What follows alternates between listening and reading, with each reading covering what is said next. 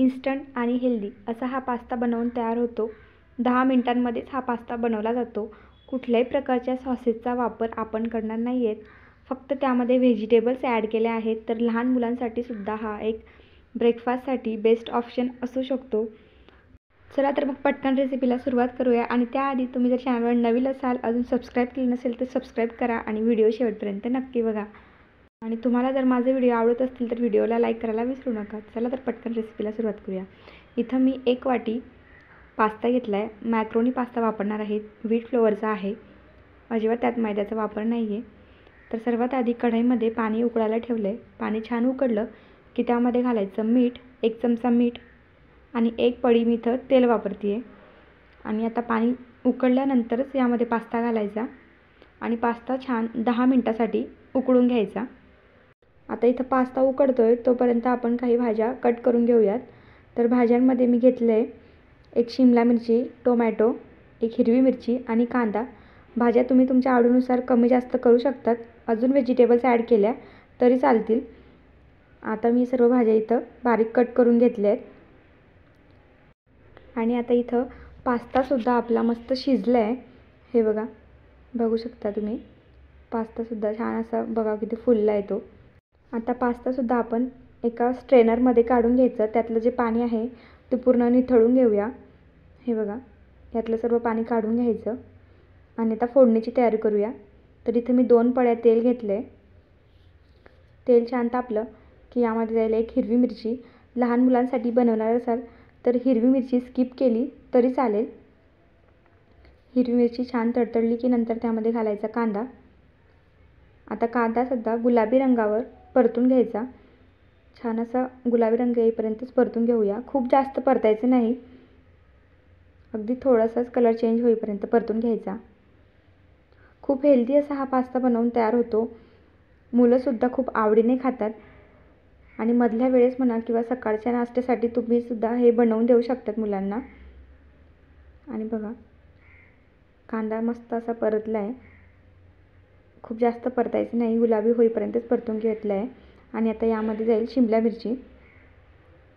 शिमला मिरचीसुद्धा काही सेकंदासाठी परतून घेऊया. शिमला मिरचीसुद्धा पटकन शिजली जाते. खूप जास्त आपल्याला तिला असं शिजवायचं नाही आहे, अगदी थोडंच परतून घेऊया. तुम्ही अजून त्यामध्ये गाजर ॲड केलं तरी चालेल, खूप अजून हेल्दी होईल. आता शिमला मिरचीसुद्धा मस्त छान शिजली आहे. आणि आता यामध्ये घालूया टोमॅटो.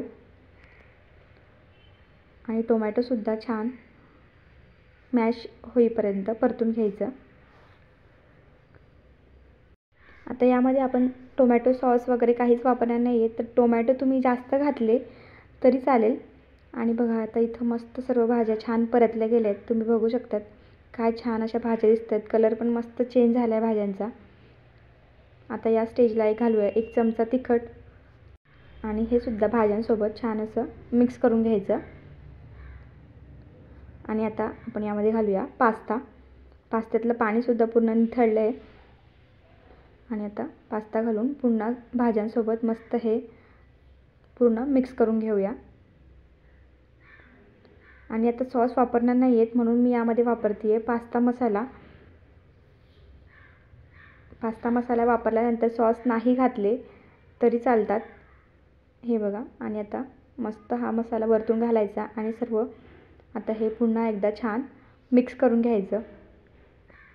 आणि तुम्ही जर चॅनलवर नवीन असाल तर चॅनलला नक्की सबस्क्राईब करा. आणि व्हिडिओ बघायला आवडत असेल तर व्हिडिओला लाईक करा, शेअर करा. आणि मला कमेंट करून नक्की सांगा की तुम्हाला आजची रेसिपी कशी वाटली.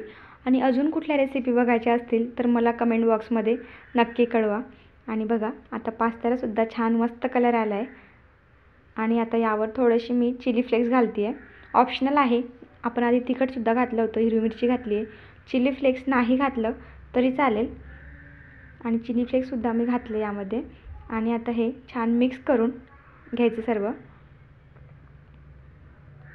आणि आता यावर झाकण ठेवून आपण 2-3 मिनटासाठी वाफ काढून घेऊया. म्हणजे छान असा पास्ता मस्त गरम गरम खायलासुद्धा मस्त छान टेस्टी लागेल. आणि बघा, इथं मस्त वाफ काढून घेतली आहे 1-2 मिनटासाठी. आणि मस्त हेल्दी असा हा व्हेजिटेबल्स असलेला आपला पास्ता बनवून तयार आहे. आणि बघा कलर काय छान आला आहे. मस्त गरम गरम सर्व करायचा. मुलं लहान मोठे सर्व छान आवडीने खातील असा हा पास्ता बनवून तयार होतो. आणि मेन म्हणजे कुठल्याही प्रकारच्या सॉसेसचा वापर आपण केलेला नाही आहे, व्हेजिटेबल्सच वापरले आहेत. तर कसा वाटला आजचा व्हिडिओ मला कमेंट करून नक्की सांगा. तर भेटूया अशा छान छान रेसिपीसोबत. बाय.